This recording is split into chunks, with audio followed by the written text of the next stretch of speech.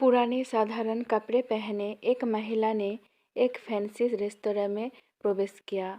सभी ग्राहक जो पहले से वहां बैठे थे उसे तिरस्कार भरी दृष्टि से देखते हैं। वो महिला फटी पुरानी ड्रेस पहने हुए थी और देखने में गरीब लग रही थी। परिचारिका तुरंत उसके पास दौड़ी। उसने यहाँ तक कि अपनी घृणा को छिपाने की कोशिश भी नहीं की। वो बोली, मैडम, आप शायद गलत जगह चली आई है। वो बस इतना चाहती थी कि जल्दी से इस बिन बुलाए मेहमान से छुटकारा मिल जाए। महिला ने घबराते हुए उसकी ओर देखा और पूछा कि क्या ये ताज भोजनालय है? डाइनिंग हॉल में मौजूद लोग कानाफूसी करने लगे और उनमें से कुछ ठहाके लगाने लगे। परिचारिका ने दयनीय दृष्टि से महिला की ओर देखा और बोली, आप सही कह रही हो, ये है तो। पर आप क्या चाहती है मैडम? तुरंत व्यवस्थापक को बुलाओ, असंतुष्ट ग्राहकों में से एक चिल्लाया। मैंने यहाँ पहले से एक टेबल इसलिए नहीं बुक करवाई है कि कोई भिखारी मुझे खाते हुए देखे। महिला ने अपना सिर नीचे कर लिया और धीरे से बोली, मैं तुम्हारा ज़्यादा समय नहीं लूँगी बेटा। मेरा केवल एक अनुरोध है कि आप इस तरफ आइए। परिचारिका ने अनिच्छा से बुजुर्ग महिला को अंदर आमंत्रित किया। वो बस किसी तरह उसे बाकी ग्राहकों की नज़रों से दूर ले जाना चाहती थी।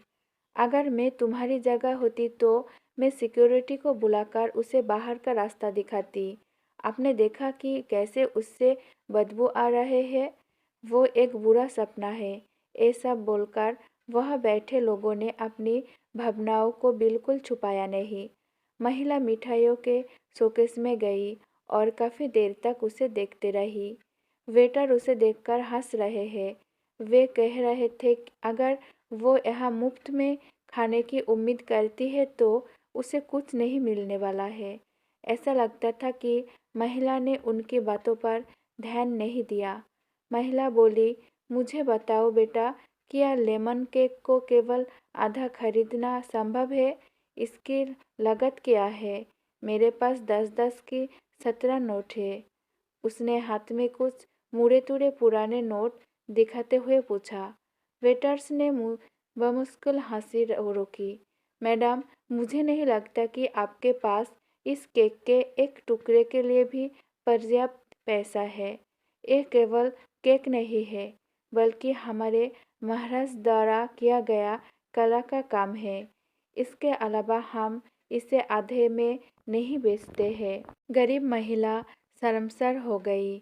उसे ऐसा लगा कि उसके अंदर कुछ टूट गया हो। धीरे धीरे वो निराश कदमों से चलते हुए बाहर निकलने लगी।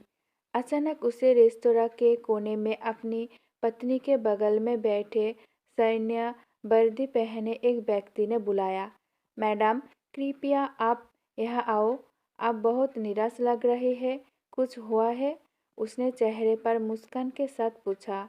मेरी बेटी, वो बहुत बीमार थी।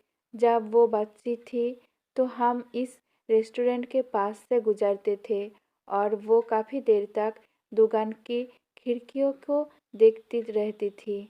हमने एक दिन यहाँ लेमन केक खाने का सपना देखा, लेकिन फिर वो बीमार हो गई। मेरे पति चले गए और हम दोनों का पेट चलाने के लिए मुझे नौकरी करनी पड़ी। मेरे पास इलाज जारी रखने के लिए पैसे नहीं है, इसलिए अब मैं उसके लिए कुछ भी नहीं कर पा रही हूँ। तो मैंने सोचा कम से कम उसे एक केक ही दिला दूँ, लेकिन मेरे पास केवल 10 की 17 नोट है। इतना कहते हुए उसके आंखों से आंसू निकले।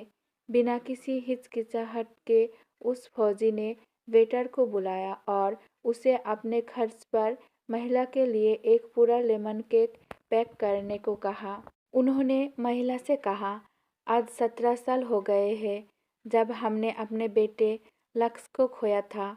एक कार दुर्घटना में उसकी मृत्यु हो गई थी। मैं और मेरी पत्नी कुछ नहीं कर पाई। हालांकि वो एक डॉक्टर है।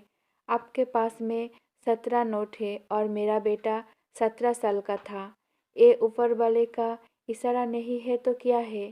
फौजी की पत्नी ने गरीब महिला को अपना बिजनेस कार्ड दिया और बेटी के इलाज में मदद करने का वादा किया।